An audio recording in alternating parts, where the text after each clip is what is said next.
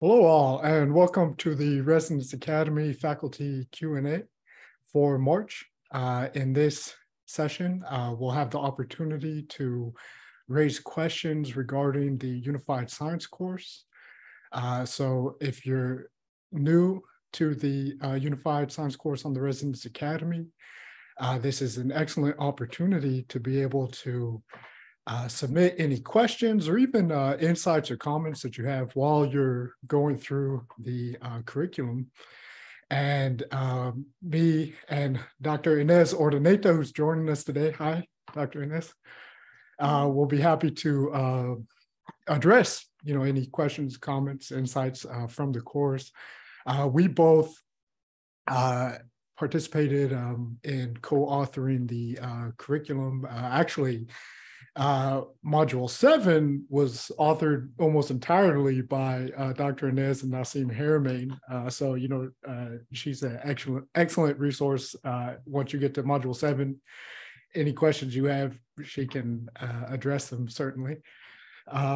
So it's great to have you with us. And also, I guess I should say, if you have any general questions or things you'd like to discuss regarding unified physics or the broader purview of unified science. So this is a great platform to do that. And we're always happy to extend the conversation out wherever it may lead. So you can enter your questions into the Q&A, and we'll take them there. There's also a voting mechanism. So, if you don't necessarily have a question, you can vote up questions that you see in the Q&A, and that will bring them to the top of the list, and we'll be more likely to have the time to take them. So with that, we'll look to get started. How are you, Dr. Ines? Hi, William. Hi, everyone. Really happy to be here. Yeah, excited. Well, so let's, with many things going on, I'm still in Venezuela, but for the time being, I'm going back probably next week, in 2 weeks at most. Yeah, and so it's been interesting for me to be here and to share this theory, and it's been a surprise as well, because I didn't know Nassim was known in Venezuela, so I have got a couple of surprises. Yeah, going into places or people that I meet, new people that I meet, and the topic has come out, not because I'm talking about my work, but because we're talking about any other thing. And then I realized that here in Venezuela, people are like very open to these ideas and consciousness and all of that. And so they've told me about Nassim, like I'm following this person, Nassim Haramein, and I was like, oh, how funny. So it's really amazing. People are like, that was surprising for me. Like, I didn't know that was he was like so known now, because it happened like 3-4 times in very different scenarios. So I was like kind of surprised by that. Also, yeah, and so I have been, giving a couple of presentations here and working research, finishing the paper, which is almost now to be resent, the Zwitterbewegung electron paper, which was well received, and I have the feeling that, the referee just, I guess he's the one who's suggesting, the person who's suggesting the modifications of the paper. I guess he wants to be cited as well. I have the suspicion that often happens, that when they find that it's in line with what they have been doing. So that was also great. And and for those who don't know, that's a paper that you've authored, that you've submitted to Physical Review, the Journal of Physical Review. Oh no, that's physics essays. That's physics essays. Okay. I was in fact, I did send it to Physics Foundations in Physics, which is a very, very good review. And then they told me that it was nice that I should send it to another Elsevier journal, because they thought it fitted better for the other one, and so I sent it to the other one, and the other one told me, this is best for foundations in physics. So they went back, and so we started like going back and forth, and I think, no, I'll just jump out of that and I'll go into physics essays, because I don't want to go be like ping-ponging with me. So it was okay. And then I sent it to it took like 6 months. This is for you to see how much time that takes. I sent it in April of last year, and I received a reply like 3 months later to tell me that still we didn't have a referee for it. And then 3 months later, in October, basically, I think October, November, they told me, okay, I got a reply from the editor with a letter from the referee. And so that took 6 months. And then yes, for you to realize how much time that takes. It's normal. It can take 6 months, 4 months. You never know. And now, and because I had to revise a whole new area, because this is someone who's doing relativistic calculations of the electron. So I had to go into his theory, and I don't know how many papers I was sent. So that took another 3 months, 2-3 months to be sure that I understood what he was talking about in order to reply to his questions and comments. So that's, that was tough. Yeah, so, well, now we are on it, and I hope it will come soon. It will for sure come this year. So hopefully before summer. That's what we have to wait. It'll be fantastic once it's published and available. I'm really looking forward to everyone in our community getting to read the paper. I'm really happy about it, really, because the referee, he was like, and I could see he was, and he's based in San Clemente. That was so weird. Oh, interesting. The researcher, he's based in San Clemente. And he did very interesting comments, and he really understood the work, and he was very happy about the review. So I'm happy about it. I think it's something good that we can celebrate. Well, that's another thing is, getting a referee, somebody to appear to review the paper that is, open-minded, level-headed, and kind of objective in their critique, Yes, exactly. Yeah.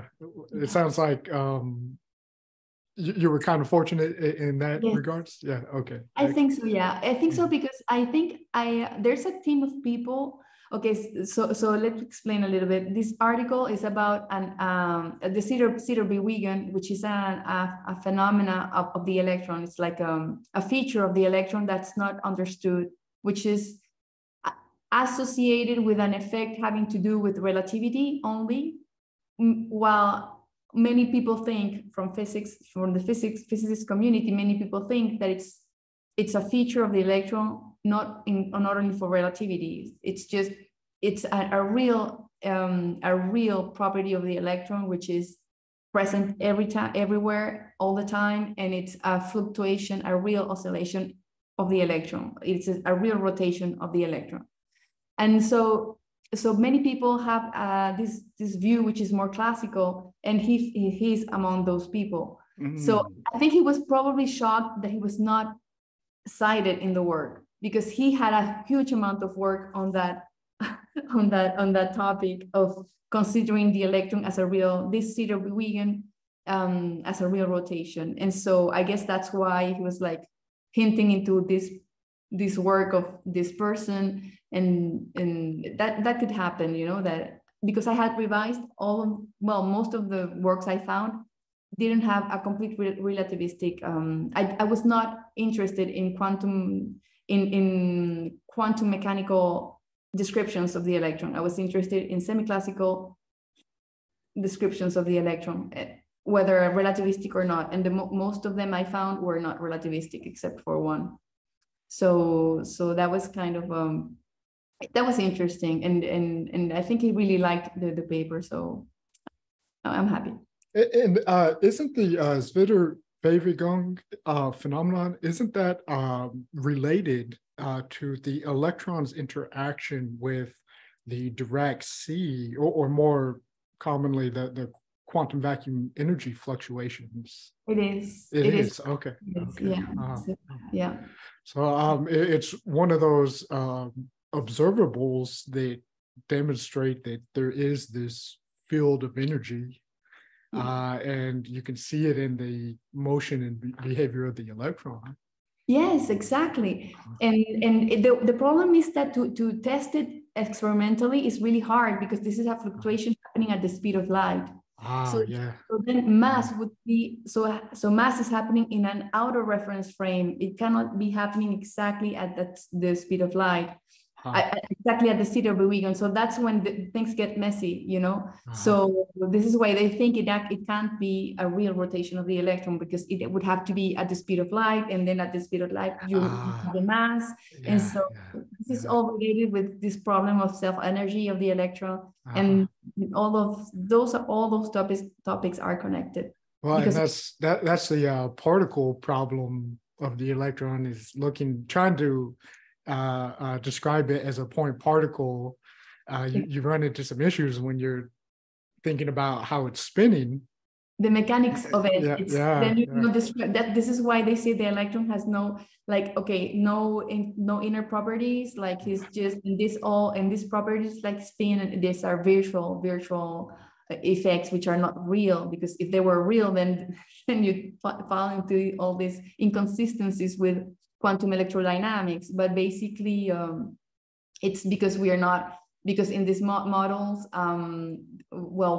we know that already that the vacuum fluctuations are not properly taken into account. So then if you don't take them into account, you fall into all these inconsistencies, which is like the Schrodinger equation. It's missing its source, the source of all that's happening in the Schrodinger equation. And that's why you have like different Schrodinger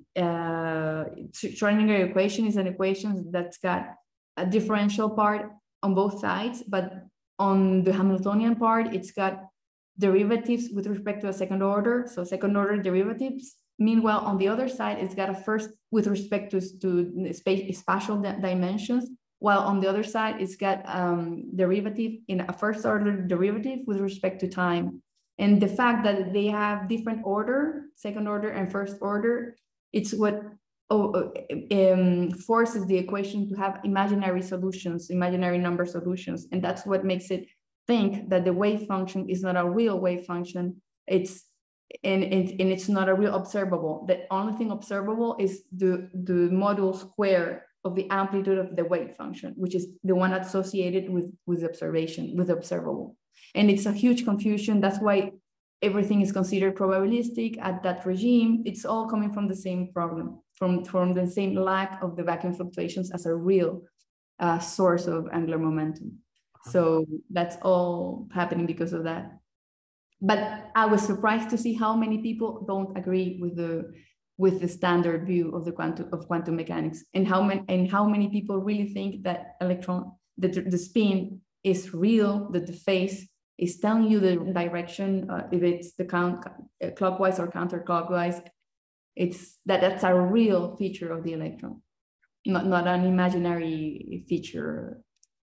I don't know, virtual. In many respects, some of the technological capability to actually do the kind of experiments and measurements needed to prove, this kind of these real properties of the electron are just now being enabled with like attosecond laser spectroscopy. I had an article that I posted on the Resonance Science Foundation on attosecond measurements of electron tunneling dynamics. Oh yeah, I saw it. Yeah. So and they were able to see that the spin of the electron was having a very definite outcome on how it quantum tunneled with in certain circumstances. Yeah. Oh, okay. I see we have Marshall joined us. I was able to get here. It says Ines on my name, though. Oh, no. Oh, Oh, interesting. I just noticed. I think we Ines can has taken over my consciousness, and I am. Oh my God. we can fix that. I'm hacking. It's a holographic hacking. That's all right. Let's see. Can I change it myself? I think it's fixed now. Yep. Okay. Great. Okay. Yeah. Yeah. I was able to get here. I may not be. I think I can be here till like about 1 o'clock my time. Okay. All 45 right. minutes or so, roughly.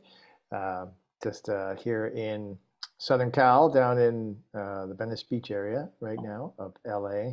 So And you're in the rain. I'm in the what? In the rain. Oh yeah, and a little bit. It's starting to let up here. Oh, Uh, really? Okay. yeah, a little bit. Uh, I think it's gonna hold up, but yeah, it's kind of gray and chilly. So, but working on a project here that I'll be able to share with everybody a little bit down the road. But it's fun to be here, and for now anyway. well, can you give us an update on what you've been doing? Any interesting projects you got Well, I going or am coming working up? on it. I am working on a very interesting project. I can't really say much about it because it's a business venture that's currently under wraps. But let's just say it is founded on the phenomenon and the principles and the effects of sound, and how we can incorporate that into our lives in ways that will make kind of sound experiences more available to people in that pure tones of, instruments rather than the electronic sounds, which there are some beautiful ones and some ones that are very effective, of course, for, the kinds of ways we can restore harmony and balance in our bodies and, electrical bodies and all of that. Um, and so this is just a venture to, in a way, take it to the next level. And it's pretty exciting. We're setting up some facilities here for making that happen. So I'm here for about a week. Just was in Hawaii for 2 months, which was incredible, as always, over there. And after this, heading up north of Santa Cruz and then back to the East Coast for a little while. So pretty big adventure rolling along here. And I think I saw that you're presenting or you have an interview on the upcoming Science of Healing Summit. Yes. And I'm guessing that's probably you're discussing some of the specifics around this sound healing. Well, we in that one, and I know you're involved in that too, William. It's an upcoming summit that I think launches in next week. Next week, yeah. I'll put a link in the Yeah. chat here. It's being hosted by the Shift Network and Institute of Noetic Sciences. And Dr. Beth McDougall is a co-host and probably interviewed you as well, William. Yeah, I would imagine. Dr. Beth is an amazing researcher of the way that the field that we are all in, that we are very familiar with in this group, interacts with our bodies, with the quantum field, biology, our consciousness. She's been a medical doctor for many decades and really incorporated this viewpoint from a very young age. So her whole path has been both understanding the traditional medical system and getting her MD, certification, while also then deeply immersed in understanding how to interact with the field, how to bring in modalities that can really enhance our ability to restore integrity and harmony in our systems. She actually has a book that came out, I believe, last year called Your Pristine Blueprint. So we talked about what a chapter in my book I have called the hologramic blueprint. And I like to use that word hologramic, and William, you are one of the few I know that uses it as well. That describes the nature of the information field that we live in as a universal hologram, and that we have, all things have underlying their form this hologramic blueprint, that organizing information hologram, the interference pattern of really light and sound and information that organizes into what we experience as the physical universe.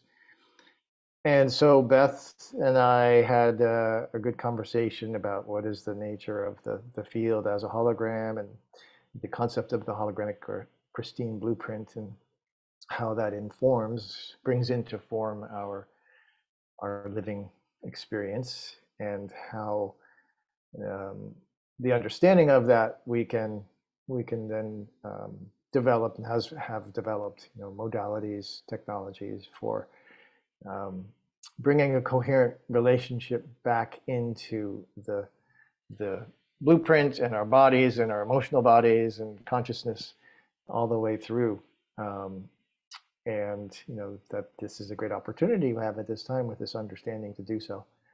So that was the core of what we discussed. Obviously, there can be so much more, and I'm really looking forward to what I'm sure you and Beth had a great discussion about your topics as well. So, yeah, well, it was definitely closely related to that, because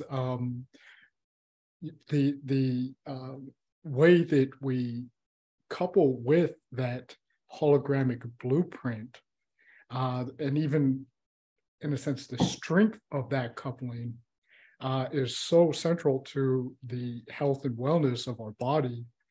So part of what I was discussing with Dr. McDougall was the actual molecular dynamics and mechanisms that we're looking at here, researching here, that actually are involved in that coupling, because in a certain sense, that hologramic blueprint is in the field, and we're accessing information of it, and so there's cellular dynamics involved in the accession of that information in a kind of feedback, feed forward cycle. Exactly. And so, yeah. I was discussing some of the molecular dynamics involved. I love that in that process. Yeah. Oh, that's awesome! I can't wait to hear it. Always is, it's always deeply insightful, and this is the cool thing, is that, with our community here with Nassim and this theory, unified theory that we keep exploring together, we can look at these mechanisms. We can at least entertain the concepts of these mechanisms together and see that there's a logical framework for a very plausible, model. And obviously there's a lot to then explore. And I know the exciting thing is some of the experimentation that's going on in the world corroborates these ideas, which is super exciting. And, in some ways not surprising, because really it's a very, as we often say, it's a fundamentally simple model, at its essence, that then complexifies into the ways that we can explore it at all these different levels. So to get that corroboration from experimentation, it just, really shows that the logic behind this really is sound, and it's sound and light. It's fundamentally sound. So yeah, that's there are many amazing other presenters in this Science of Healing Summit with the Shift Network and Ions that's coming up. I saw you put a link in there, so it's free actually as well. So go ahead and sign up, whoever is interested, and it should be, I think, launching in a week or so. And what are you guys discussing with Beth? Is that, can you read it somewhere? Can we find it somewhere to read, or a video, or is it presented anywhere?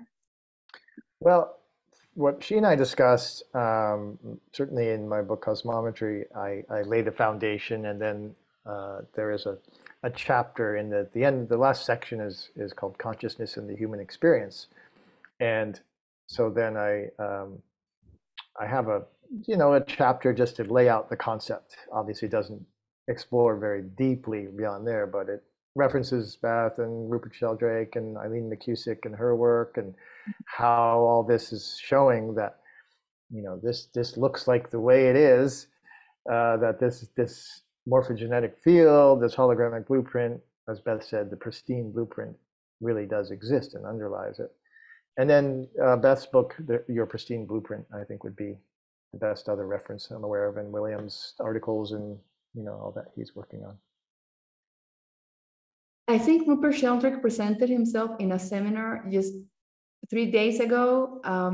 It's something called The Future Scientist. And there's a series, and now next month will be featured Graham Hancock, and it's free as well. The Future Scientist. If you have the time to, it's recorded. You can find it online in YouTube, and it's and he was interviewed like 2 or 3 days ago. And I think he was talking a lot about I missed it. I didn't got to see it online at the moment, but That's great.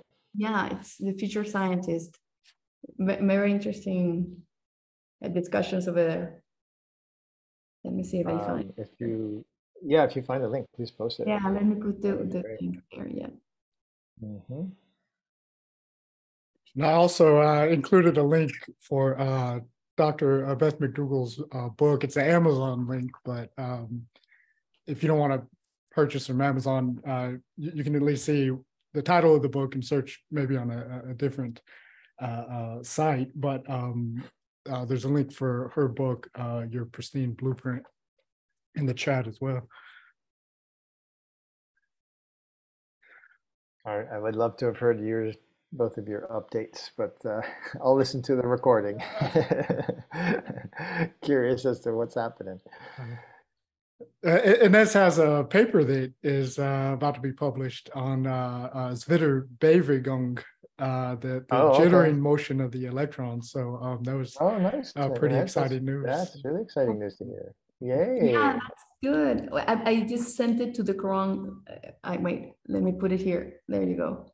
That's okay, the link everyone got it? The link for your future. The Paris Center, yeah. Okay, great. Yeah, I was just saying that for the article, I sent it like in April last year, and it took 3 months to be told that it would take another 3 months because so it's taking almost a year. So I was just sharing how long could a paper, once you have it sent to publication, it could take 6 months. A year or so. It could take even a year. So it's like so crazy. Yeah. Well, so since you don't have a whole lot of time, Marshall, do you want to grab a question? I don't know if you've had a chance to look at I haven't had a chance what we have in the Q&A. See which ones.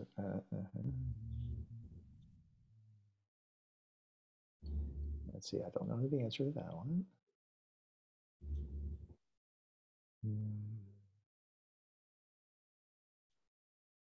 Good, interesting questions.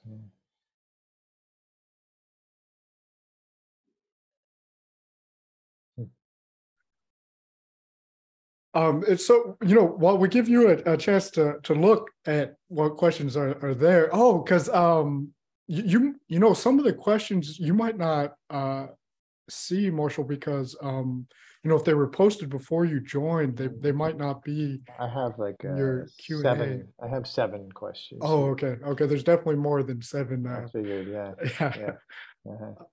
But so while we give you a chance to look at it, go ahead. Ines, there's a question from Gary T. I would like to see just very fast. We had problems yesterday with the Spanish session. That's what I was telling you with him. The Zoom link, you know what happened? We couldn't connect to the call. Marco or me, he did as always. He sent the Zoom link. We were all convoked for the meeting. And when I tried to get into the meeting room, it would send me outside to another page or to Resonance or to Zoom principal webpage. So it was impossible for us to connect to the call. And so I guess this happened to everyone. So I'm sorry, we didn't understand what happened. We just had to cancel the meeting and the session for yesterday. That's a Spanish Q&A, which happens the second Tuesday of each month. So we're having to reschedule for next month, and we're trying to figure out. Then we half an hour later, we were able to connect, but we never understood what was the problem with it. I mean, we just didn't understand what happened. We just couldn't connect. So technical issue that we never found what was happening. So yeah. So sorry about that, Gary. We hope that won't happen again. There's no need to sign up every time. It's just not it just goes automatically. So for some reason, the link didn't work. Yeah. And so I've got a question I can address from Ken B. Are there any new developments in the science world that you would like to talk about? I actually, Ken, I do have one that I'm really excited about that actually I saw like yesterday. But it relates to something that we were discussing, me and you, in the Unified Science Review at the first of this month, when we were talking about the quantum teleportation protocol, the traversable wormhole teleportation protocol, and how it relates to quantum computing. Because, you know, in today's framework for building a quantum computer, you have entangled qubits, and they're able to perform computations in parallel due to their entanglement. So what's called massive parallel processing. You know, it's also sometimes described as, well, these qubits are in a superposition of states. So they're not just a classical 0 or 1 bit, but they exist as a spectrum of everything in between 0 and 1, 0 and 1 at the same time, simultaneously. You know, but I had just made the point that, well, when you actually go to read the information that the qubit, that the quantum computer has computed, it's going to be a 0 or a 1. You know, it's not going to be, you can't read a superposition of states. So you're still getting a you know, binary digital computation. It's just being done with massive parallelism. But one of the things that, I don't know if you remember or not, but we had discussed is that a future quantum computer based on a traversable wormhole protocol won't even be a computer in the way that we understand one, and that the computations will actually require like even a process, the process of computation, of manipulation of those qubits, those zeros and ones, that actually the program will be much more instantaneous, because your qubits are going to be wormhole connections. The accession of information and the output of information will be much more instantaneous in effect.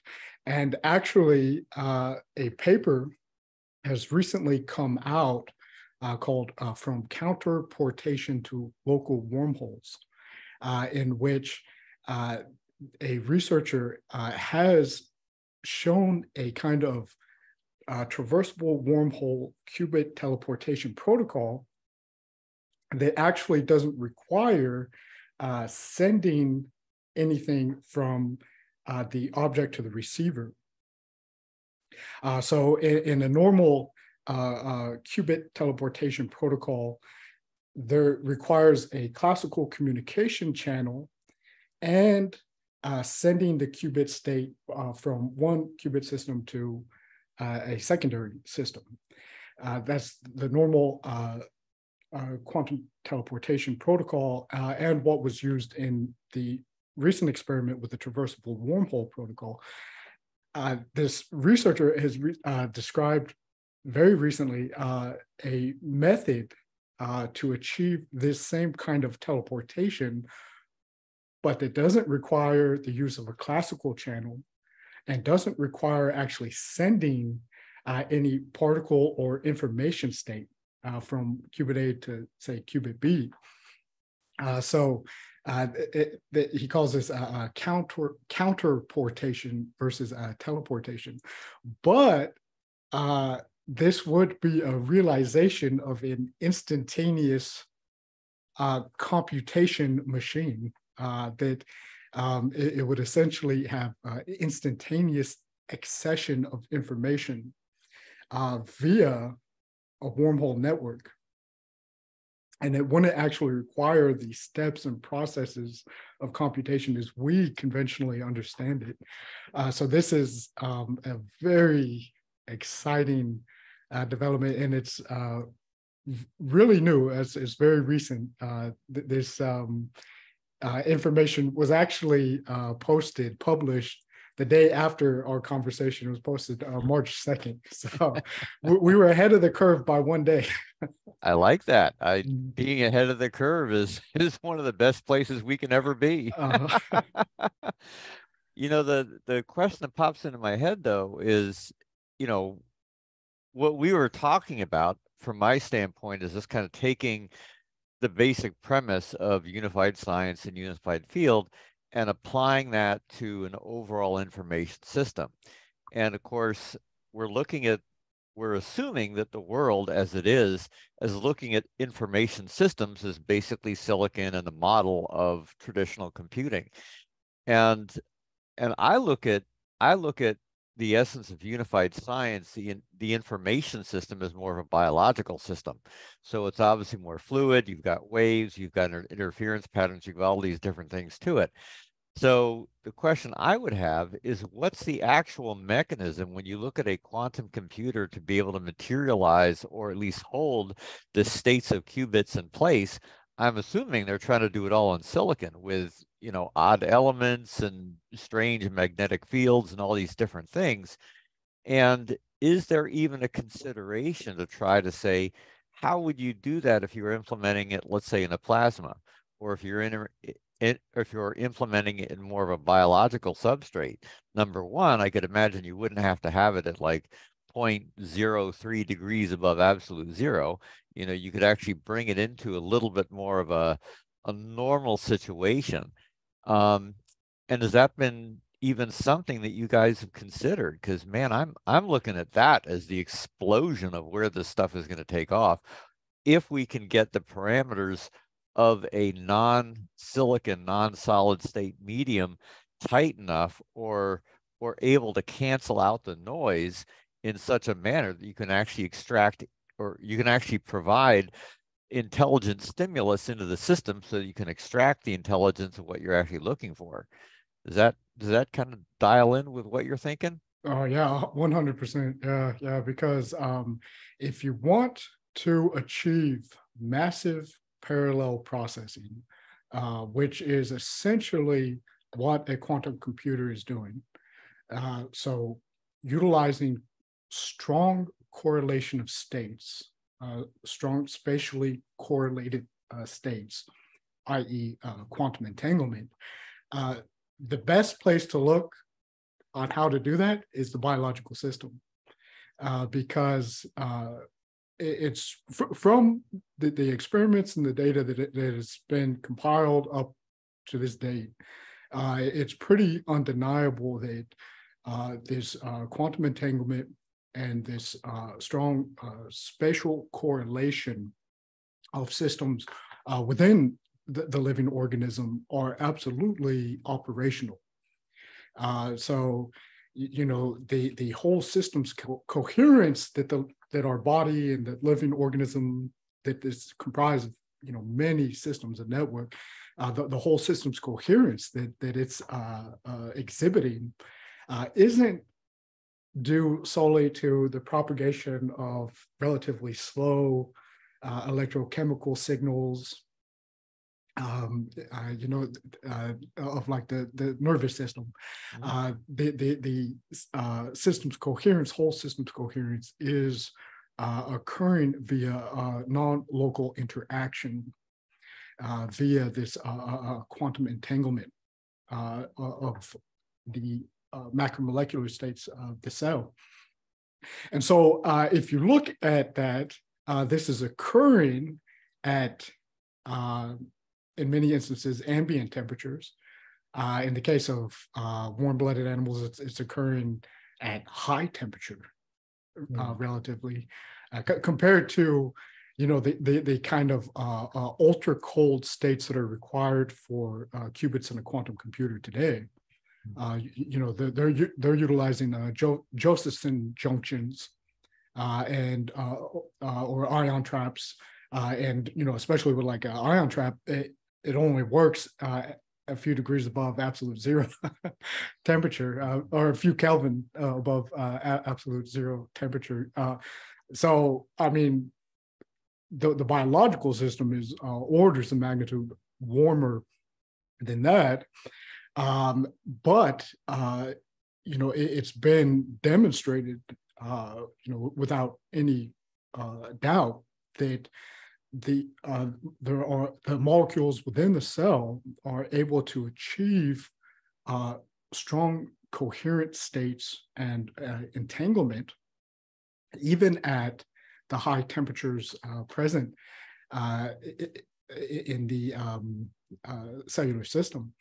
So if you were to begin to, let's say, even reverse engineer what's occurring in the biological system, and in many instances, what's occurring is that these molecules are able to sufficiently shield themselves from environmental interactions that they can maintain long duration, strong quantum coherent states.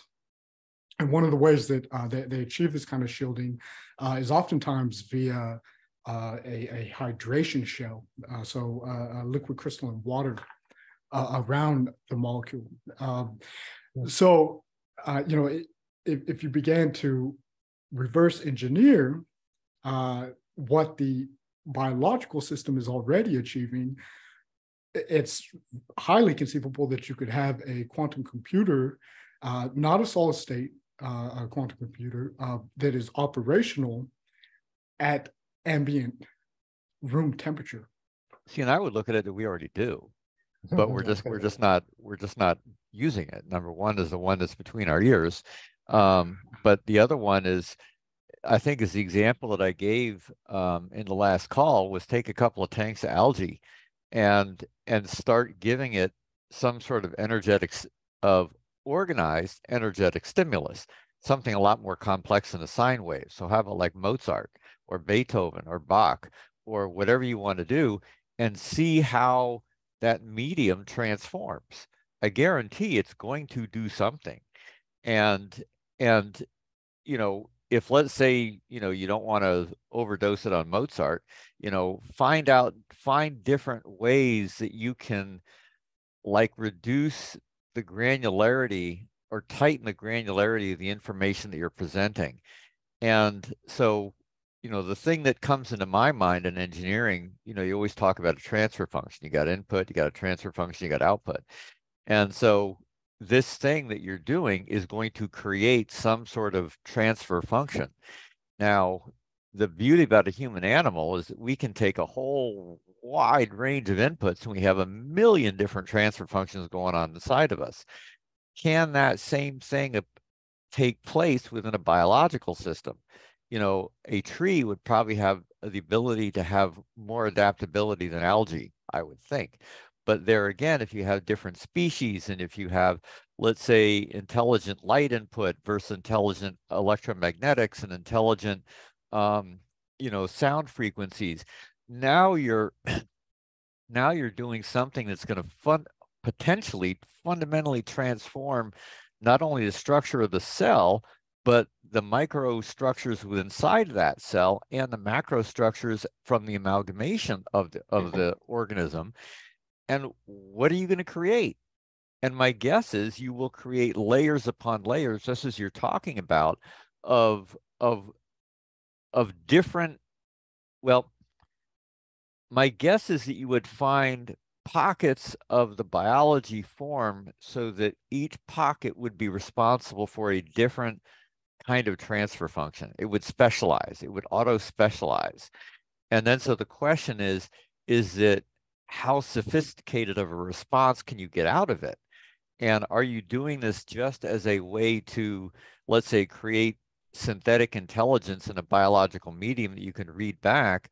Or are you trying to truly create a system that will then respond to certain things in a way that is not otherwise seen before?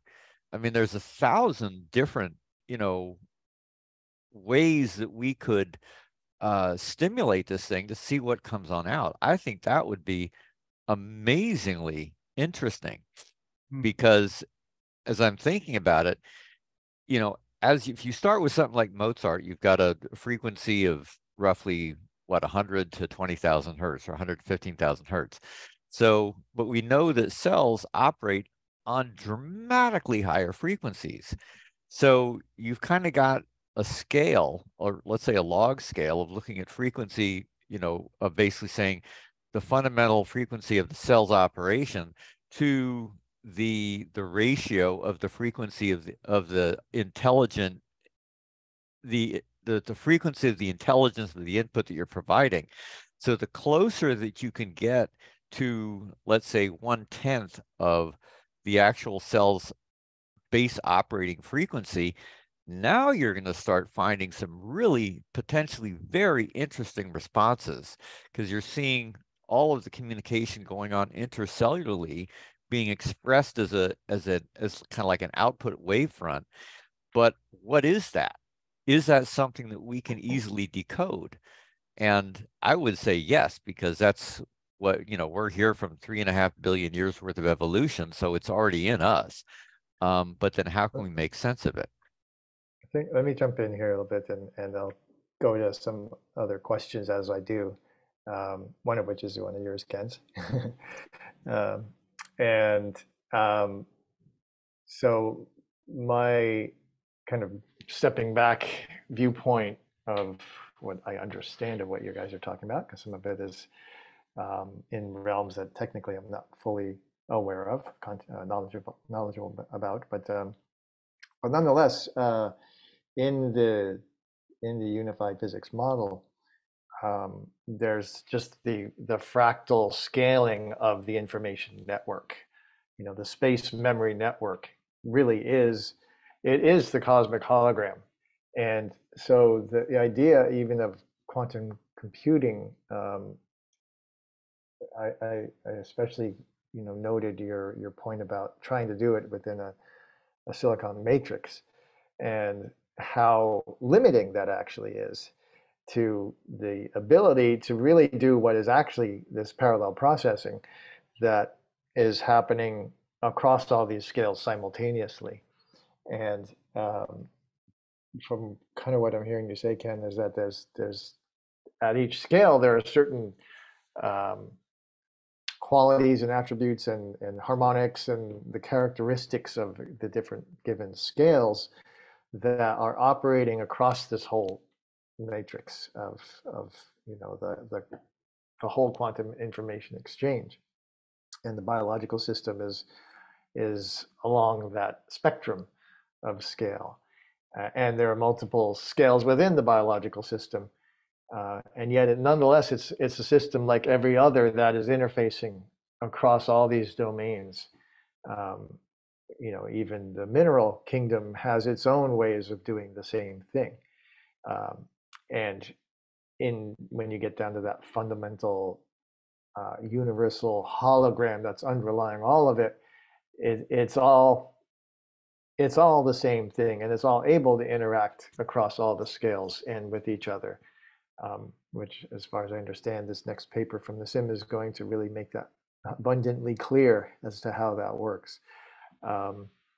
And so the couple of questions I thought I would just speak to from that perspective, as yours, Ken, about is, was it Schrodinger that said that the total number of minds in the universe is one, and how would you relate that to unified physics? And the fact that the various scales, such as clusters, galaxies, stars, and that the proton also probably has scales of Planck levels going from its outer surface down to the center. And as Nassim talks about the sub-Planck scale.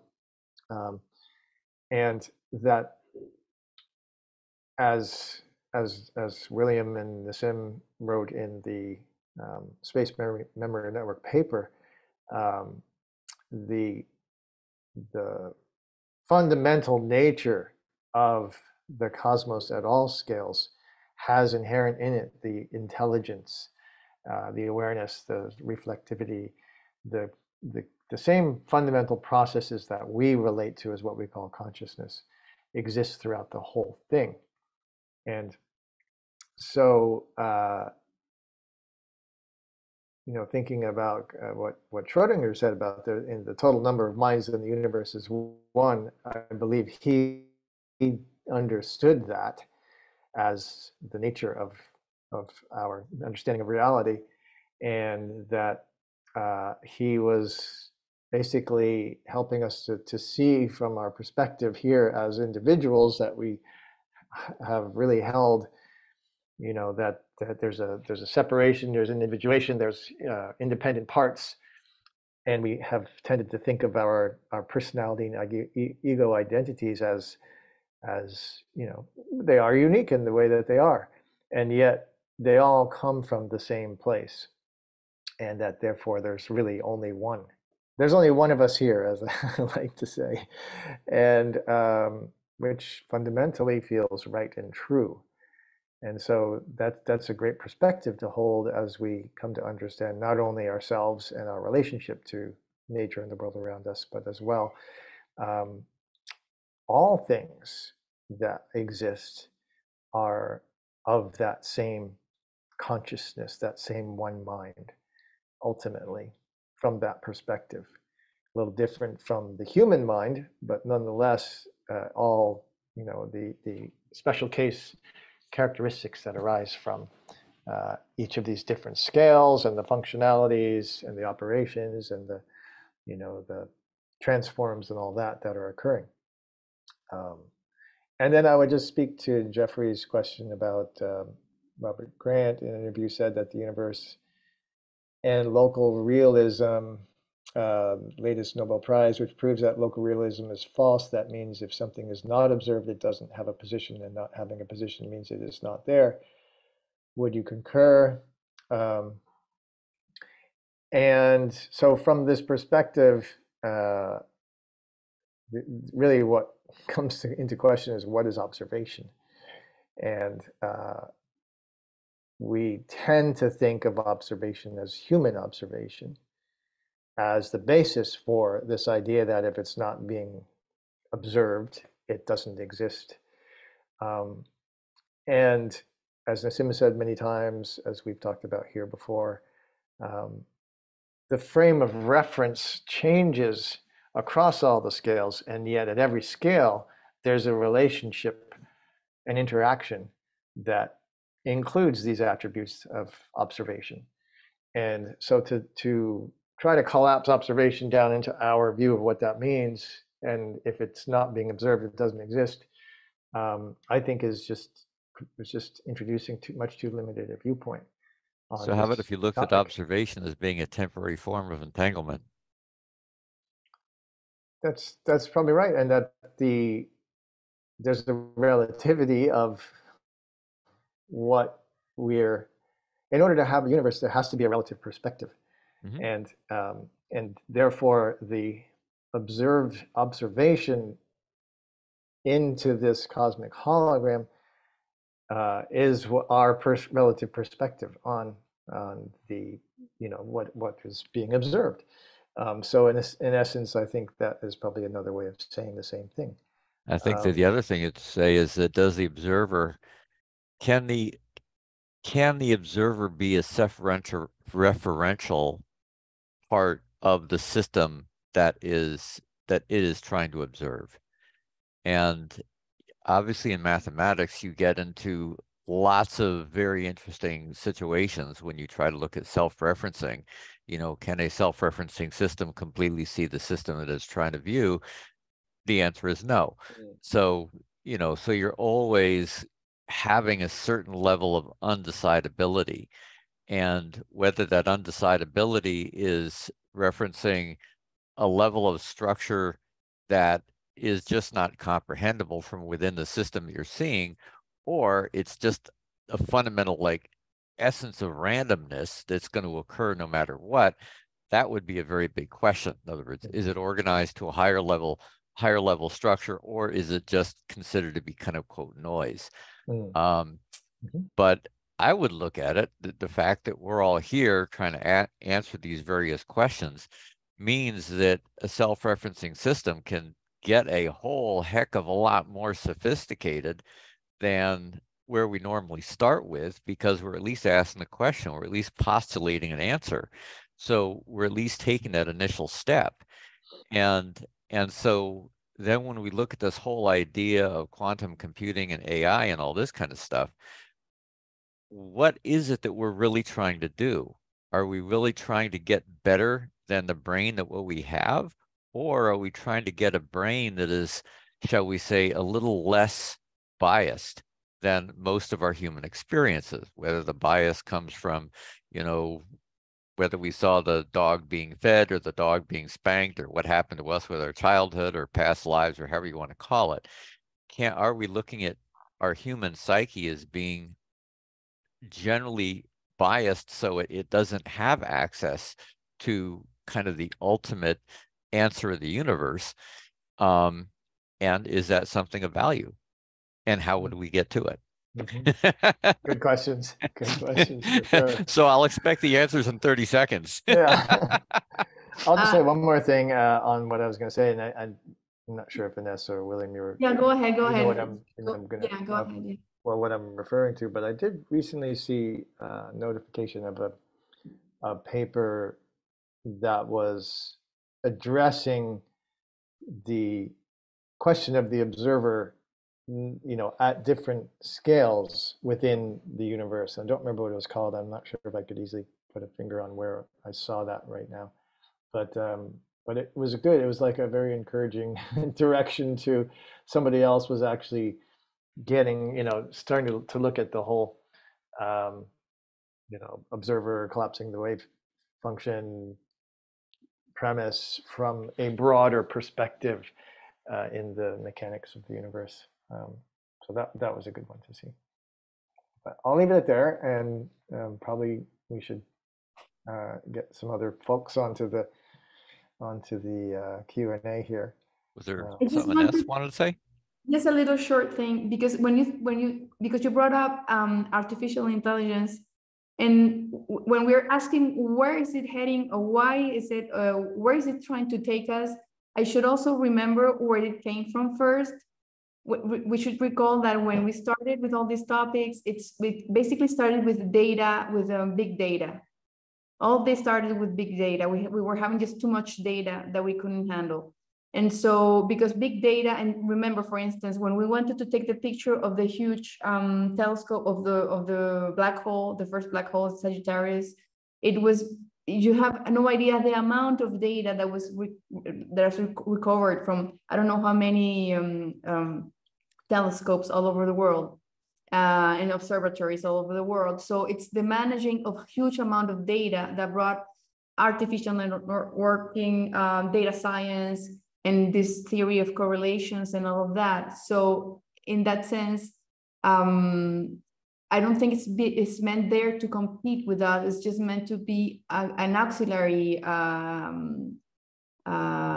mechanism, an auxiliary tool for us to manage better the amount of information that we're creating, because we're being much more people on the earth, we're having much more. So it could be a competition as well, but it also could be like a collaboration, you know. It just depends on how we do it. But I never forget that that's how it started. It was not we want to be a machine. It started because we want to make easier certain processes in life. Right. But it can get distorted, yes, sure, for sure. But that was the part of the origin was that. So that means that because we have 6.5 billion people, we should be 6.5 billion times smarter than one person? It is a synergic, yeah. I mean, it is, of course, because we're in blockchain, of course. I mean, the fact that we're here in this room brainstorming, this is blockchaining minds. blockchaining minds. That's what we're doing. That the thing is, because we have this biological and all these things concerned, it is much more efficient than if you had a silicon-based, you know, the amount of information that we're exchanging through our minds here, we don't even get to see it because there's the mind in between all the minds, the bigger mind. And so that's a huge amount of processing. And this is blockchain in minds working together. So, I mean, that's huge. So it's like, yeah. Yep. Thank you, folks. I'll let you go to some other ones. It's great talking to you. Bye. Thanks. Y'all be. Thank you, Ken. And just a note on Jeffrey Colebrook's question regarding Robert Grant's interview. I didn't watch it, so I don't know the full context in which he said it, but it doesn't follow logically that you know, the evidence that shows that there is no local realism supports the Copenhagen interpretation of quantum mechanics. It's actually quite the opposite. So, you know, I don't know if he was actually making that inference, but that is a logical disjunction, because actually, you know, local realism shows that the universe at a fundamental level is multiply connected, non-locally, i.e. There's a micro wormhole network connecting spatially separate regions. I have to jump off. I don't want to interrupt you because you're talking about that, but I do have to. You got to jump. Right okay. Now. Yeah, because I have to catch a ride somewhere. Well, it's great to have you with us, Marshall. Great to be here again. I hope to get back more frequently than I have in the past couple of months. I've been traveling a lot, but it's awesome to be here with everybody.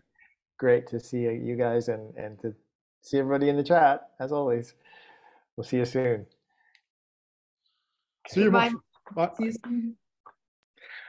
But so actually, the fact that the universe is fundamentally non-local means that space-time is multiply connected, so that the information exchanges that are occurring means that your observer doesn't have to be the experimenter. The system that the experimenter is observing is entangled with many other subsystems of the whole. So any subsystem within the universe can play the role of observer, and indeed is playing the role of observer. The idea of something not having a position until it's observed is fundamentally contrary to the understanding, what we know to be the state of the universe, that the particle or the subsystem under consideration is part of a network of entanglement. So it's not like it's in a superposition where it doesn't have a defined state, but then an experimenter comes around and observes it and it collapses. The collapse of the wave function collapses into a definite position. There is no collapse of the wave function. The wave function exists all the time. And all that happens is that your system, your subsystem, your particle just evolves what's called unitarily and becomes more and more entangled with more and more subsystems, increasing the entanglement network of multiply connected space-time geometry, the space memory network. So I just wanted to make a note on that, because generally, whenever I see people promulgating the Copenhagen interpretation of quantum mechanics, I find it very problematic, because even by people who, let's say, operate within the Bohr-Heisenberg model of quantum mechanics, they know it's incomplete. They know that it's ultimately untenable for many of the reasons we just described. not least of which is the fact that local realism is not a property of our universe. Mm-hmm. I think maybe that's a confusion. I don't know if I was sure if I understood what he meant by local realism, because it's kind of like confusing. I don't know if that's a confusion from. I know that Nobel Prize, the Nobel granted to entanglement was proving. Well, that's even there was a discussion. Some physicists, because people are, let's say orthodox scientists really don't like non-locality. It's just something that is extremely perturbing for them. And the reason why I say that is because when entanglement won the Nobel Prize, there were some of them who said, oh wait, this is not proving, entanglement does not prove non-locality. It's just proving that there's no statistical independence of the variables in concerned. And you remember that discussion, and I was like, wait, it's the same thing. It's just a way of rephrasing that it is non-local. I mean, no statistical independence of the variables. It's just the same way of saying non. I mean, one brings to the other. Non-locality implies non-statistical, statistical non-independence of variables, and the other one around probably also holds true. So I was like very, very intrigued by that. And of course, when they say that this is not proving non-locality, then they also use as an argument that what John Bell proved is that there's no need, and it doesn't give the correct answer if you consider local hidden variables, but that doesn't say anything about non-local hidden variables. And that takes us all the way to non-locality coming from a very different point of view, which could even be high nonlinear systems as chaos, as quantum chaos, for instance, and things like that. So I don't know. So I'm not sure I understood the question that Jeffrey said there. I'm just saying that I was not sure what he meant by that. But maybe he has another question here, Jeffrey Colbert. Maybe he wants to pop up a little just to ask the second question, which is the alpha day. I remember that.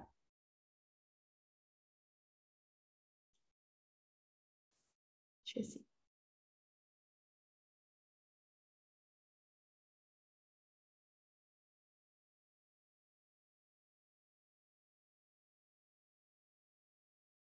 Hello. Hey, you're muted. Jeffrey, you're muted. Yeah, I was just surprised when I saw Grant's video, so it didn't quite make sense to me. Could you put the link of the video here? Maybe that will be better for us to check it out. I did. Okay. I did, and I think, of course, I did send it to you with an email too. So. Oh, okay. Okay, thank you. Okay. So now your first. Go ahead. Alpha day. So the fine structure constant measured more accurately in science over time, but did Nassim get the exact value for alpha constant? Yeah, that's would this be the big day for celebration for science? Yeah, that's exactly what happened. It's, the thing is that they were very close. The calculation was pretty close, but there's no complete satisfaction if the whole complete mechanism is not explicit, So a couple of things that you have to, like, if you have to tune anything, then it's not satisfactory. If you have to tune, so what happened was that the whole, when you find all the pieces of the puzzle, then you understand the complete mechanism that gives the value that this constant has. So that's basically what happened. The value before was very close, very, very close, but there was something missing that had to be put in place or discovered or found out, and that's what happened. So it was already good with the former value. It was just not perfect, and now it's just falling exactly into place, and that's what happened. Is that going to be a big surprise to science? Is that going to be like an aha moment? Yeah, of course. That's like Richard Feynman said that this constant is like one of the largest mystery of all times, and it's like a god that we have to revere because we don't understand what it came from. The fine structure constant. When physicists get to see where that comes from and the exactitude of the value it's got, I mean, why it is coming like that, it just brings up an explanation to all of the remaining, the rest of physics. I mean, it's just like, if you get what the fine constant is, then the whole unified physics comes and unveils itself. It's like, it's just the same thing. Can you say where is it coming from? Where is it coming from? I cannot say. I cannot say. It comes from, I could say that it comes from mechanisms. It comes from geometry, and the geometry which is concerned in a specific mechanism that takes place at the level of the atom. That's what I can say. Okay, yeah. Yeah, that's going to be exciting. So, and again, we'll be seeing where it comes from pretty shortly. Yes, of course. I mean, once it's like, whoa, I mean, the fine structure constant is one of the most expected explanations that for the whole of humanity since the beginning of times. In fact, I have the feeling that this is also an answer that other civilizations, non-human civilizations, are waiting for. I think this is a revelation not only for us as human beings. I think this is something that this perspective is, because I have always wondered what kind of physics do other civilizations have. Of course, they may have another very different understanding of science and understanding of physical processes, or what even physics means. What do they call reality? What's all of that? So it would be very surprising for me to see that they will, of course, the Planck constant will be the same no matter where, no matter what. So, and quantization would be happening everywhere. But the way this is being approached, it's probably unique. So you're having are you going to be talking? You're going to be talking about that in your new course, upcoming course? Are you going to be explaining that, or is that going to be in module 8? Oh, that would be in module 8. You mean, yeah. If you mean my elective, that's about the quantum of consciousness, that would be related, but not as at that level, not from that perspective. It is related, but it's not on that side. So yeah, but it's it will be incredible. I mean, this is like, wow. And I'm sure, I don't know why I have the feeling that this is something that many civilizations will enjoy, not just us. That's cool. I don't know. This is not something I have discussed with anyone. It's just my personal feeling about it. I just feel that's very expected. Well, maybe you should ask Adam Apollo. He could check it out. And maybe Nassim also. I could ask him directly. Yeah, Nassim also. Yeah. Okay. Yeah. Well, it's exciting. Your excitement excites me even more, and of course, we're all excited here to see all this happening. And so I'm so glad I have a point of view among all this. So thank you guys for your work. You're welcome. Thanks, Jeffrey. Okay. Let's see. So, okay. So then I think we can jump to Simon's question.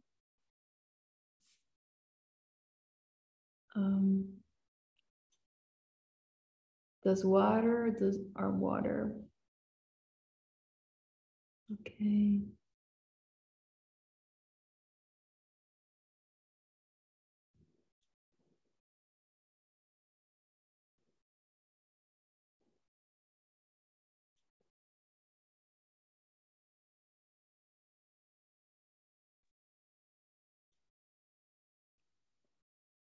Hello. Hello. Hi. What a fascinating discussion. Thank goodness I listened to these recordings over and over so I can follow. This question was sparked by me just learning about Renee Quinton, who, I don't know, I guess you would know, like was purifying salt water at the turn of the century, of the 19th or 20th century, and saving lots of lives by people. And he was purifying salt water from the sea and using that. And then from that discussion, there was, I read that there was electricity, that our bodies, or that salt water conducts electricity easier, and that the salt in our body accentuates that. And is there anything that you've come across that in your research? I don't know how true that is or what. So that was, claiming that the information transmission of electricity in our body through the cells is with the salt in our body. And I don't know if that was just it was read as though it was fact, but it wasn't a scientific paper that I was reading it from. Well, Simon, the electrical conduction of our neurons, our nerves, is done via salt. So the potassium, sodium, chloride ions that we derive from salts, I should say, use the plural there, because we've got our table salt, which is sodium chloride, but there's also things like potassium chloride, magnesium chloride, these kind of things. So all of the neurochemical electrical conduction in the body is achieved via transport of those ions. So the answer to that would be a resounding yes. So if you even begin to run marginally low on those ionic species, you start to experience some pretty significant health issues. So they're absolutely critical for the functioning of the central nervous system. Does the water actually have salt in it in our cells? Yeah, so all of those salts, they become ionic species via their interaction with water in the body. So it really is that our water is like salt water, seawater. Yeah. So without that medium, those ions would very quickly associate, into that crystalline form, like sodium chloride. But due to the fact that, everywhere within our body, it's an aqueous medium, water, they dissociate into the ions, cations and anions, negatively and positively charged ions. And, essentially our cells use those ions to create an electrical differential across the membrane, the plasma membrane, the semi-fluid membrane of the cell. So it all along the membrane, there are transporter channels, little transmembrane protein channels, and they're pumping ions either out or into the cell.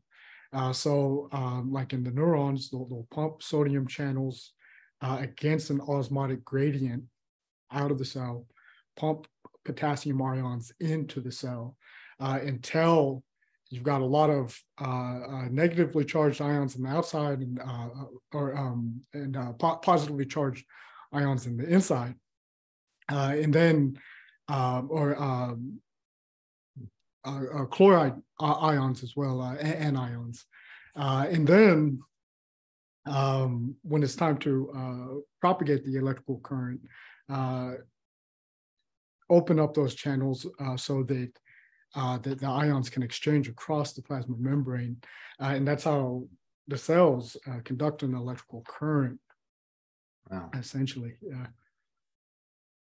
Yeah. Okay. Mm. I have only heard that, of course, that's a way of carrying charge because ions are charged positively, negatively. So that's a way charge to move around. But also, I have heard that part I know of because of chemistry, but the biological part of seawater, I have heard people drinking seawater and saying that it is very beneficial for their health. I have not done it myself. In fact, I thought it was the opposite, that you shouldn't drink that kind of water because it's extremely, the chemical potential is very, very, very high because of all the salts contained within. But now I don't know. I'm not sure. This is, it seems to me that it's very well, how you say, not proven scientifically, but people that do it have mentioned extreme benefits from it. Have you heard of this individual, Rene Quinton? He's a French, and so he apparently in France and Egypt, he cured a lot of children. And I don't, like I said, it wasn't a science paper, but I'd have to look into it more. I don't know what he meant by, or what was read by that he purified salt water, obviously probably it sounds like so it was drinkable, but may have kept some of the salts in it, and it cured a lot of people, thousands of people. So it says on the website, if you look it up. I want to check it out. Yeah, because I don't know what he means by purifying salt water. It's tricky. Yeah. Okay. Yeah. Well, thank you. Thank you, Simon. For taking the question. Okay. There's a question from Matthew Chin that I'd like to bring up. I'm not exactly sure what is being asked, so I might spotlight him. Yeah, if he's still with us, I don't know. Or he might have jumped off the call. Oh no, he's there. Oh, awesome. Yeah, I didn't pull up his name when I searched for him amongst the participants. Hi, guys. Hi, Matthew. So you were asking, is gravity represented in the human body similar to how electromagnetics and phi are represented? What exactly were you thinking along these lines? Just how you can use your body as an example. These, like, you know, how phi, you can tell it's built into the human body. Like if you start from your finger and you multiply this distance to your first knuckle, you multiply it by phi, becomes this knuckle. Multiply it again, becomes this knuckle, and phi is shown in the human body. And with electromagnetics, the same way, your chin kind of protrudes out, the same way the electromagnetic wave protrudes and moves through space. The chin will come out, and then your mouth goes this way, your nose comes this way, your eyes go this way, and it kind of forms that. Like it takes the shape of it. So I was wondering if there's a way to see gravity, the shape of it, that's expressed in the human body.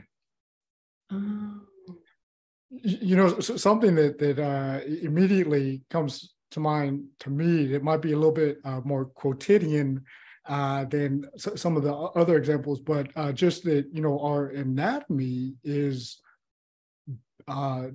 built, or I should say has developed totally in tune or response to the Earth's gravitational field.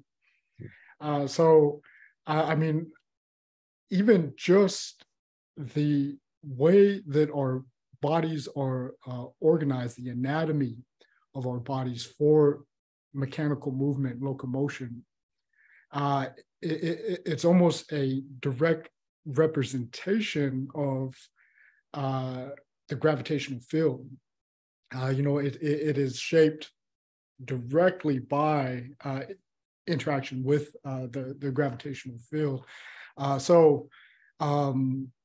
Even some of the ratios that you will find in our skeletal system are going to be representative of the kind of gravitational field that our species has developed within.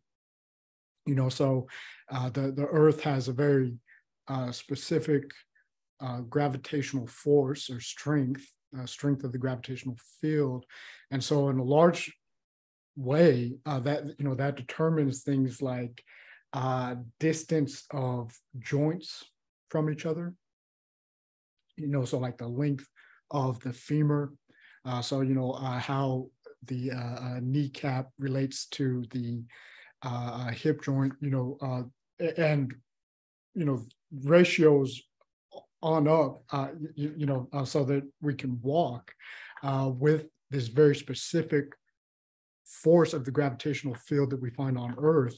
If it was significantly larger, you could imagine that, you'd have a compression of those ratios.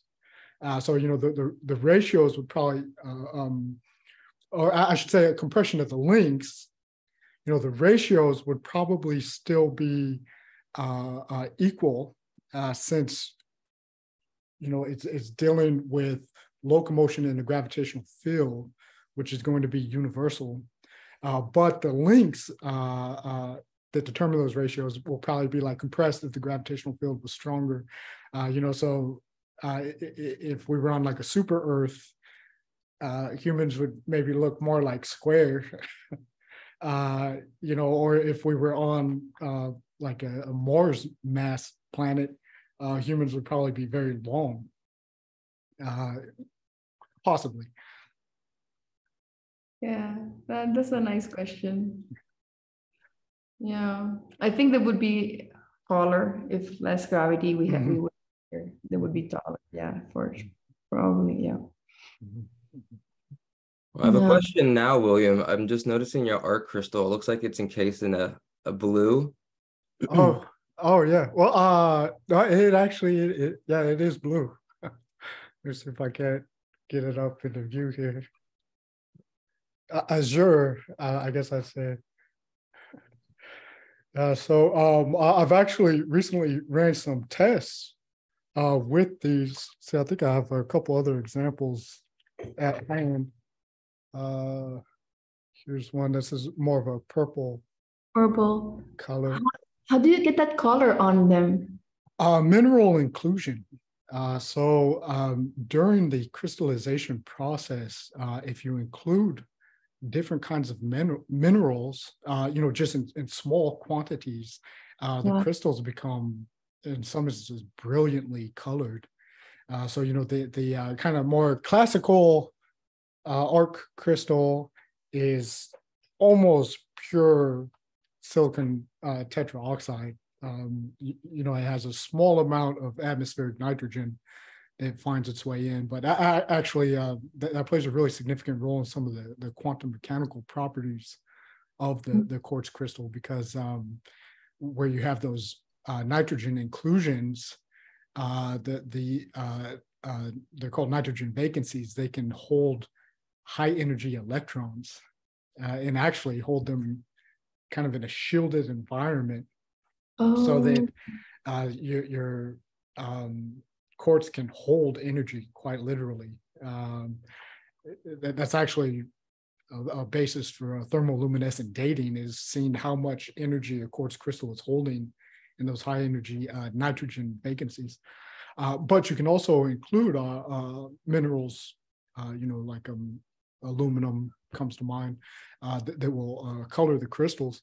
And so one of the things that we were wondering is, well, so, we know that we've seen some pretty spectacular effects with the almost pure quartz crystal. It's got a little bit of the nitrogen in there. But so what kind of effects do we see when there's small mineral inclusion? And so actually, we've recently ran some tests comparing them, plant growth studies where, we've got a control our conventional arc crystal, and then our colored ones that are going into production. And they performed just as well as the clear quartz crystals. So we're based on those results, we're thinking about maybe moving into production of these. Nice. I guess my final question then is, when are those going to be available? Well, so that's kind of, an interesting question. I'm wondering how much I could say about that. Because it's kind of a big announcement, and I don't think I should be the one to make it. But I guess I can say that possibly fairly soon there will be opportunities to get some of these new designs in association with new membership opportunities that are coming up with Harry organizations. So there may be available sooner than later, actually. Yeah. Fantastic. Thank you guys so much. Thank you, Matthew. Yeah, thank you, Matthew. Okay. Oh, there's Oriana's question. So actually, I can set this one up a little bit for you, Ines. I'm really glad that you're taking this, because actually, this is coming from one of our breakout group sessions. Oriana was asking me, so you've got the dual torus with the counter rotating hemispheres. Yeah. And she was wondering, does one of those hemispheres relate to normal baryonic matter, and the other hemisphere relate to antimatter? Yes, the answer is yes. Really? Okay, because I told her you're going to have to ask Ines or Nassim, because I don't know. So let me bring her up. Bring her up, yeah. Okay. Bring her in. Wow, that was a good intuition. Yeah. Yeah. So I think she jumped out. Thought that she was promoted to a panelist here. Okay, she's coming up. Yeah. Okay, well, I'm delighted to hear the yes on that one. There's more to it than that. So I guess yeah. So the scalability then, let me see if I can even put this as a question here. The the spin counterspin, what the counterspin is, that what I was getting is that counterspin into a still singularity, where all the movement is all one movement. And the spin out is what we recognize as a physical universe, an observable universe. And the counterspin then is the unobservable memory. Okay. So as such, the entelechy of evolution, where entelechy would be the acorn has the entelechy to be an oak tree.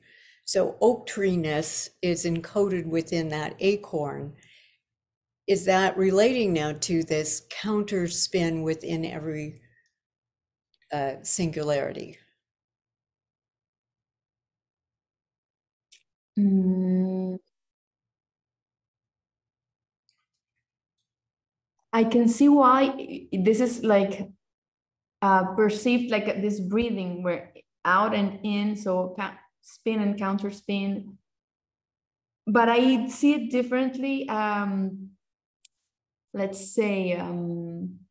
Yeah, I see them simultaneous, not one or the other, but it's simultaneous. Simultaneously, okay. The still point. Okay. Yeah, okay, I see it. Okay, so interesting.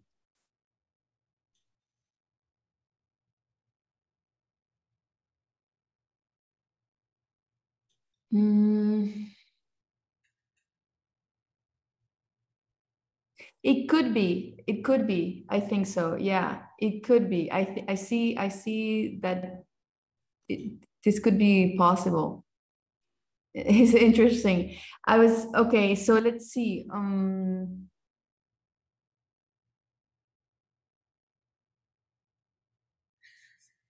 Yeah.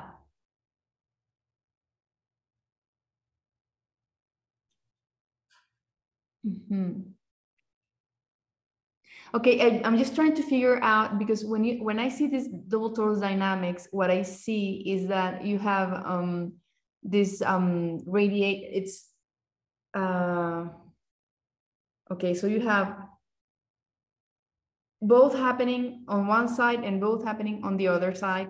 No, okay, so let's say there's this dynamics from the outside in, and then there's this one from the inside out, and they're always counter, okay? No. North hemisphere and low, they're always in counter, counter that. So, okay. So, and now, so you're talking about this spin and counter spin in the same hemisphere? That's what you're talking about? No, not necessarily in the same hemisphere. Oh, okay, in the same singularity. You're talking about the dynamics of the singularity, basically. Yeah, but let me see if I can do it in feel so you can feel what I'm saying. So okay.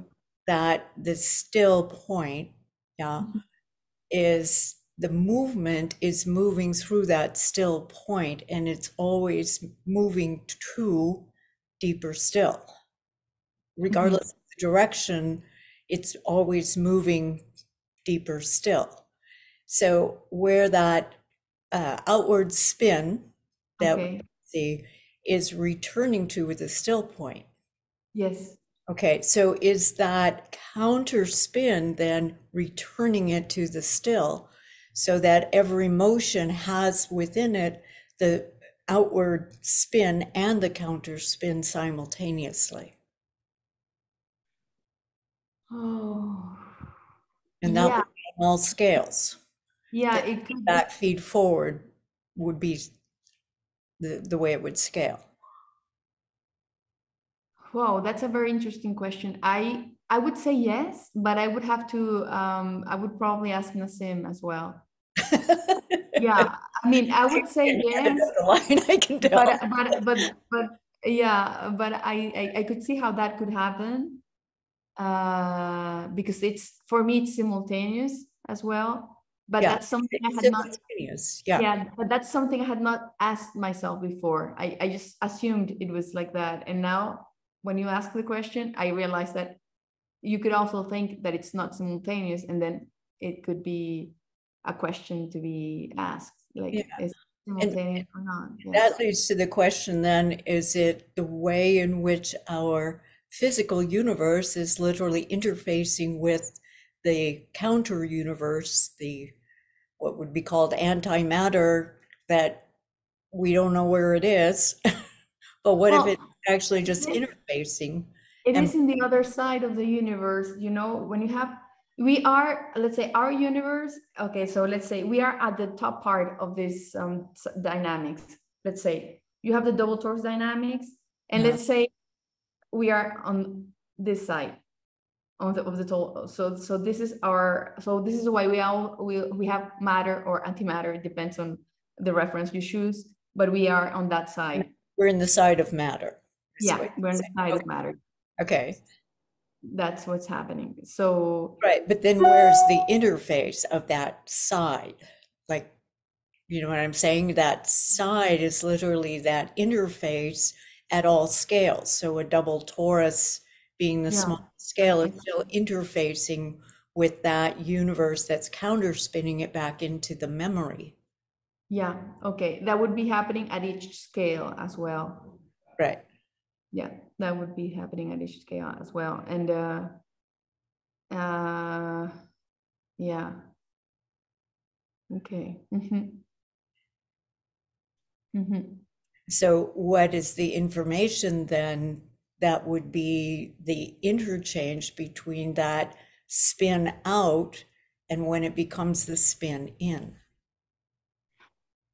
Well, that's the thing. Let's take for instance the upper part. Okay, so that's why I'm saying that you have. Okay, so this is the main singularity. Let's say this is the singularity of the universe. Let's say. Okay, so you have time, but there's also two directions of flow: inside out and outside in. Right. Okay, so you have four variables, not two. It's not just come from the, it's not spin and counter spin, it's in and out as well. You see, spin and counter spin, in and out.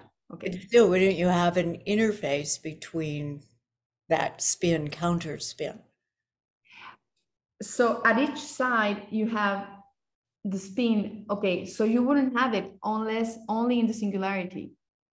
I mean, this is in spin outside in and then spin inside out, but the counter spin is not interfacing with it.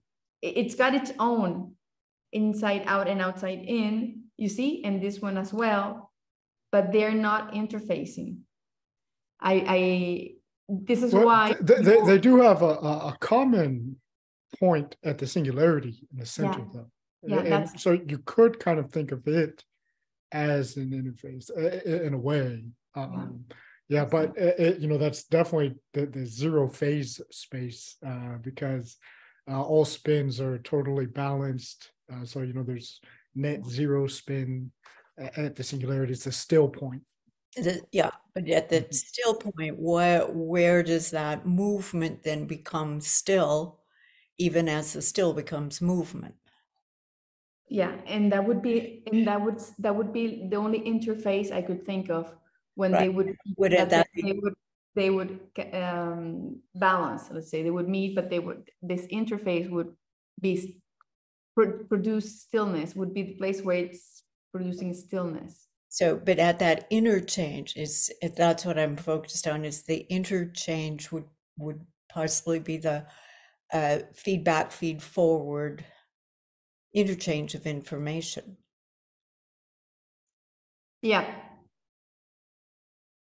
So that the entelechy of evolving life holds, the acorn holds all the trees that will come from that seed on, but it also contains all the trees that have come before it. Yes. So in a nutshell, then, yes, singularity is the point of information exchange.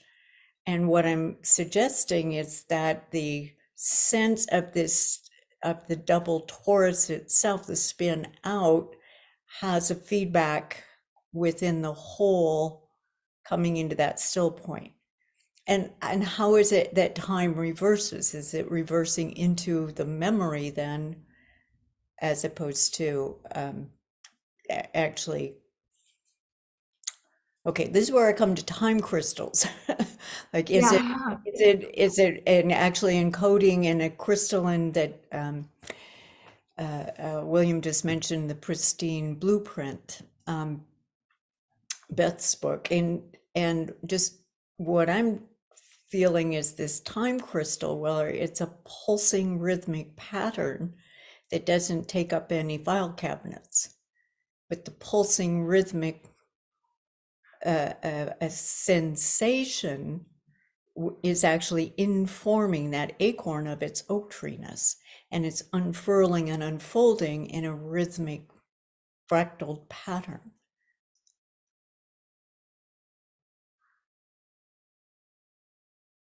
Okay.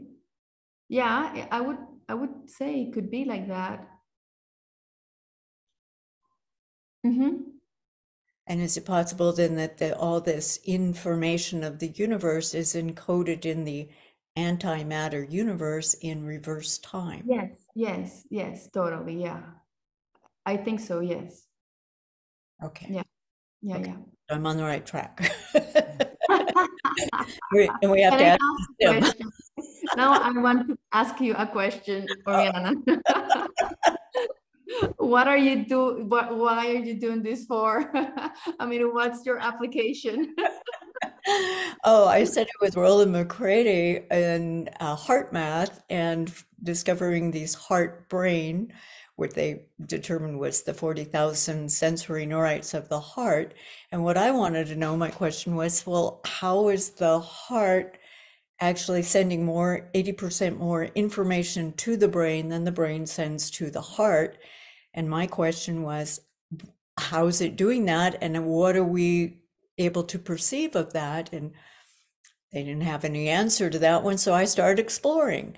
And what I discovered with these 40,000 neurites, the sensory neurites they're not neurons, they're different. Kind of. It's beyond my pay grade. That's a William question.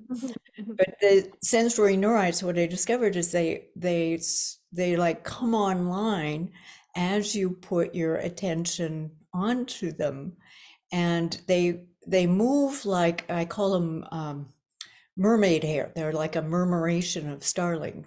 They move independently, and yet they're all in one motion. So what I've been working with a group that is we use remote viewing, which I was trained as a remote viewer for a year. And the idea was not that you guessed the target, but that you bilocated to the target, so that you actually had, were not shown any picture. You were only given a series of numbers that indicated what the picture was about. And you bilocated there, perceived what it was, picked up the senses, and found ways to describe to yourself the sensations where it was. And so I use the remote viewing now as a way to just have feedback to, are you opening these sensories? Are you getting target contact? And it can be as simple as, well, I felt really cold, or, you know, I had the sense of a color. Usually it's more of a, I felt outdoors, or I felt closed in, or, but I've had some people actually get the target itself.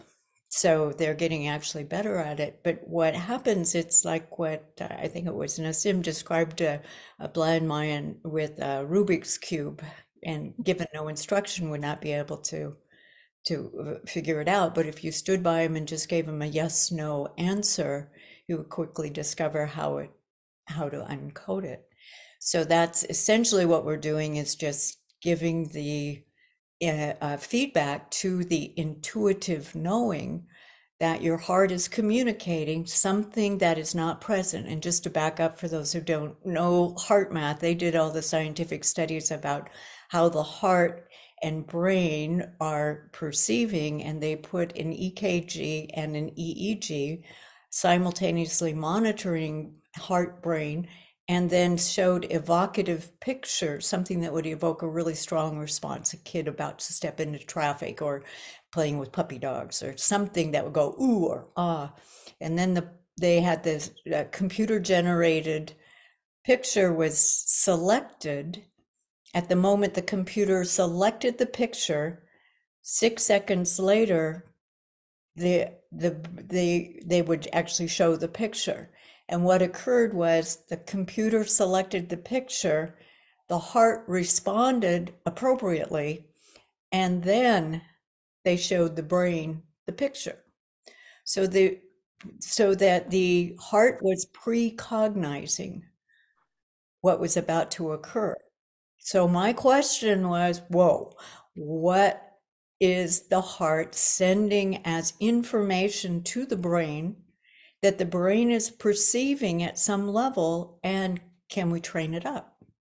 Okay. So that's what I'm working on. If anybody's interested, my email in the chat and you can contact me on it. And we're having some really interesting times with it for sure. Oh my God. Aren't you glad you asked? Yes, yes, I am. Well, and I have to say, I trained for years in a form of movement called continuum, where dance is the outward expression of movement. Continuum was to feel movement internally so that you can explore the inner workings of the body. And much like I just have done it for decades, so that it's I learned that to do it like sonar sight is what I call it. So I'm actually sending out a wave, waiting for the interference pattern. And I've done it for so long. And I started with degree in biochemistry, so I know the basic internal landscape and have explored ever since. But I'm doing it in feel. So, Yeah. yes. Okay. We're a collection of strange folks here, I'm sure. That's what resonance of what we all resonate with, right? Okay, well, we'll have to hit Nassim up with his take on that. Yeah, I would. Yeah, I would ask for him. Okay, thank you so much. Really appreciate it. Thanks, Ariana. Oh my God.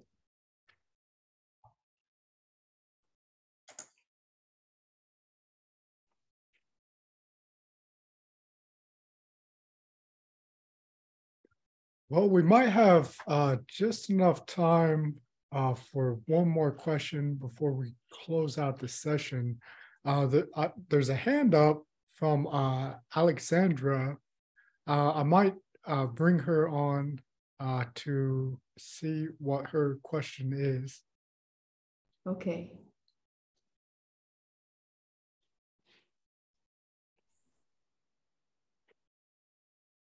If you're there, Alexandra, go ahead and ask your question.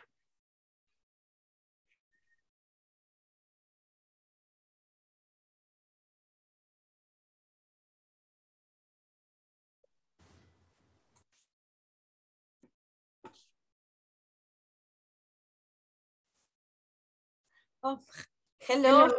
So nice to be here in this amazing session. I'm learning so much. And my question, because there is not much time left, it's about the chirality. It's about Professor William paper, the chirality that I read your paper, and it's found on at the biological level, and it's also found on the universe, and how this is, it could be a way to explain the,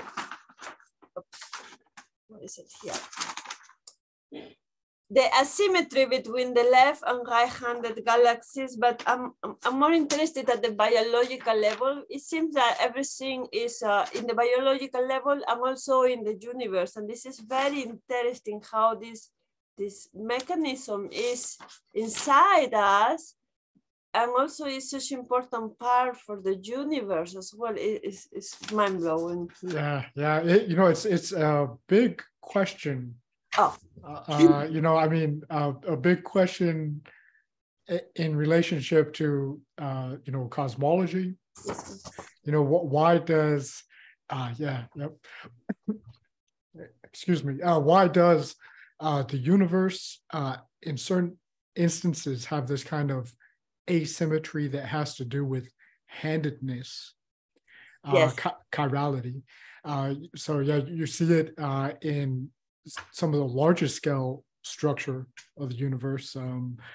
There's apparently a predominance of left-handed galaxies to right-handed galaxies. So there's this handedness, this chirality that predominates at the larger scale of galactic clusters. and you can see it on down. And one of the reasons that this is such a big question is that during chemical processes, so, and not just chemical, but even like baryogenesis, so the formation of new particles, or, when we say chemical synthesis, the formation of new molecules, which are, agglomerations of particles and atoms. Whenever you have this process occurring, you always have the conservation laws operational in those processes. And actually, this kind of relates even back to what Ines Urdaneta was discussing on the matter-antimatter seeming asymmetry in the universe, because during the process of baryogenesis, for every matter particle that's created, you should have an antimatter particle created, but there seems to be an asymmetry there. It's probably not actually that big of an asymmetry or an asymmetry at all, but you have this occurring in molecules as well. And so, when you look into interstellar space in nebulae, you can see organic molecules, amino acids, nucleic acids. In fact, all the ingredients for life are being synthesized or created in space.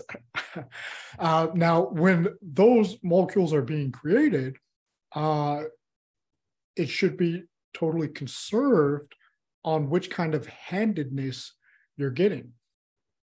Because, especially with like amino acids and nucleic acids, these are composite molecules. And so you'll have, you can have a very definite handedness to the molecular configuration, where one of the composite molecules, could have a right-handed configuration, but it has a mirror symmetry of a left-handed configuration. Now, those should be produced in equal quantities, equal numbers. But when you look at the biological system, at the living organism, only one handedness predominates. So all biologically functional amino acids have a very specific handedness. Okay. Same with the nucleic acids. And actually, almost all molecules in the biological system, or at least a great many molecules in the biological system, have this property of chirality. And so just by virtue of the handedness, if you have, for instance, like a right-handed form of the molecule, it can have one effect, like say it's a drug, it'll have a therapeutic effect. If you have the mirror handedness, the like left-handed form, it could have a deleterious effect. So, one mirror configuration has a therapeutic effect and the other has a deleterious effect. And this is pointing to some interesting quantum mechanics at play in the biological system, because this is going to be this is going to involve very much the property of spin of the molecules, particles, the spin of light. And so that article was showing just such a result from an analysis that was done at attosecond scale spectroscopy, laser spectroscopy, looking at electron tunneling dynamics. And what you could see was, what they found was that there was a definite difference in how these electrons were tunneling based on the chirality of the molecules. And so what is starting to kind of take form, the picture that is beginning to form on why the biological system has a specific handedness. It favors a specific chirality to the molecules that are being used in biochemistry. Kind of the easiest explanation that was given, which is kind of like just throwing your hands up and to put an answer out there, was that, at the beginning, these molecules were being produced in equal amounts, right-handed and left-handed, and the first cellular systems just happened to choose one of those handedness. It didn't really relate. It didn't have a rhyme or reason to do so. It's just kind of, that's how it started. And so once it started, that's just what it went with. That's definitely not the case. It wasn't just happenstance that, there was a specific chirality that was selected and maintained throughout life, the evolution of life. But what is coming to light, though, is that by having specific chirality, the biological system is able to utilize things like spin-selective filtering, spin-selective conduction, so that only electrons with a very specific handedness themselves, a very specific spin orientation, are conducted via these quantum tunneling ionization dynamics. And the reason why this is so important for the biological system is that we're talking about organic molecules. So oftentimes, it is not even recognized that these organic macromolecular systems are conducting electrical currents, that they're conducting electrons, but absolutely they are. Mm-hmm. So the DNA polymer is a great example. It is conducting electrons in a spin-selective manner as part of its functionality. In terms of like DNA repair mechanisms, you'll have two protein enzymes that will bind to a stretch of the DNA molecule. Yes. And via these quantum tunneling ionization dynamics, they'll conduct electrons of a very specific, only one-handedness along the DNA molecule. And the proteins can read the DNA molecule via those transmitted electrons that are going through it. And they can see if there are breaks, mismatches in the nucleobase pairs. Mm-hmm. And so, it's actively involved in DNA repair mechanisms. And in actually myriad examples like this, where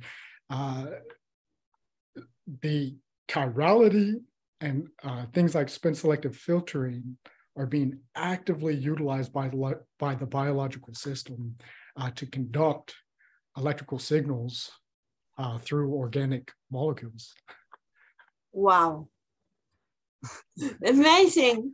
Thank you so much. This was so amazing. Thank you. I really appreciate how you explained it. It was beautiful. Thank you. It clarified a lot. It's amazing paper. I can't stop reading it over and over and see the consequences and the expansion from us to universe, from universe to us, and how it's so similar at the core. There is a working process. You can see that it has to be there for us to work and for the universe to work. It's very interesting that your paper says all that. Thank you so much. Oh, thank you, Alexandra, and I'm glad you find it interesting, because I still think that there's a lot there to be discovered. So this is actually a very active area of research for me, because so some of the pieces of the puzzle are starting to come together, but I think that the big aha moment is still out there. So it's a really exciting area of investigation. Wow. And it also goes back to some of what we were discussing at the opening of this discussion on, the future of our information processing technologies, what we were discussing with Ken, it's just that, as our information processing technologies become more advanced, they're probably going to be mimicking more and more what the biological system is naturally doing all the time. So like this kind of spin selective filtering using chirality, that's the basis for spintronic computing, storing memory via electron spin. The biological system is already doing this, Yes. it's already utilizing technological capability that we don't have yet.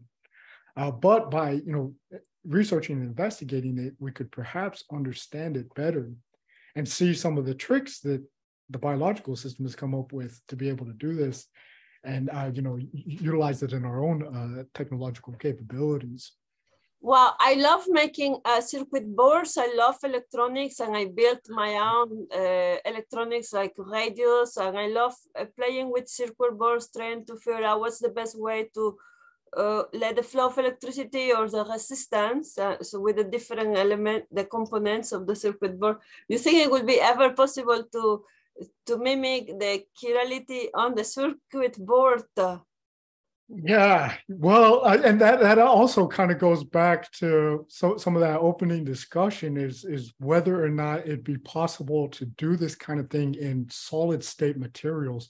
And so actually, there is some possibility for that, if I'm remembering correctly. So I have another article that's related to spintronics, and it was using vanadium dioxide, a material called vanadium dioxide, as a memory device. I'm wondering if I could pull up that article, and I could maybe even send the link to it. But so while it may be possible to do so with solid state materials, what I envision is that the kind of future computers, if we can even still keep using that kind of terminology, because the information processing will be very different than how our current computers process information. But they may be using things like liquid crystalline arrays, so where your circuit might be semi-fluid. Oh wow, that would be so much fun. William, I'm posting in the chat something I found. Maybe it's the one you're saying. Okay. Maybe.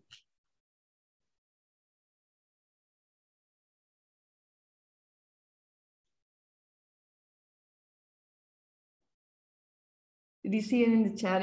It's called Oh yeah, that's the one. Oh, awesome. Thank you, Ines, because it's hard to talk and try to find and look at the same time. I know. Yeah. There you have it. That's it. Yeah. So let me copy and paste before we close, because once you close, you cannot have access. Well, the chat should be I'll save the chat and have it accessible when this video is uploaded in the contributing members portal. So a lot of these links should be still available. Good. Thank you so much. And I would love to just add one more comment about the laser. I was trying to research a little bit, and when they use ruby, the crystal ruby, because of the component and the lattice arrangement, has a element, a chemical composition that when the light goes through it, it diffracts the light at a different way, and it follows the orientation of that component. So it's really good for the laser because you are going to point exactly to that one side that you intend. Yes. That sounds like birefringence. Birefringence? Maybe that's the word, yeah. Okay. I pronounce certain words, better to say it. But thank you so much. Wow, today is amazing as usual. Thank you. Really, really appreciate it. Thank you, Professor Ines. Thank you, Professor William. Thank you so much. Thank you so much for the question, Alexandra. Thank you so much.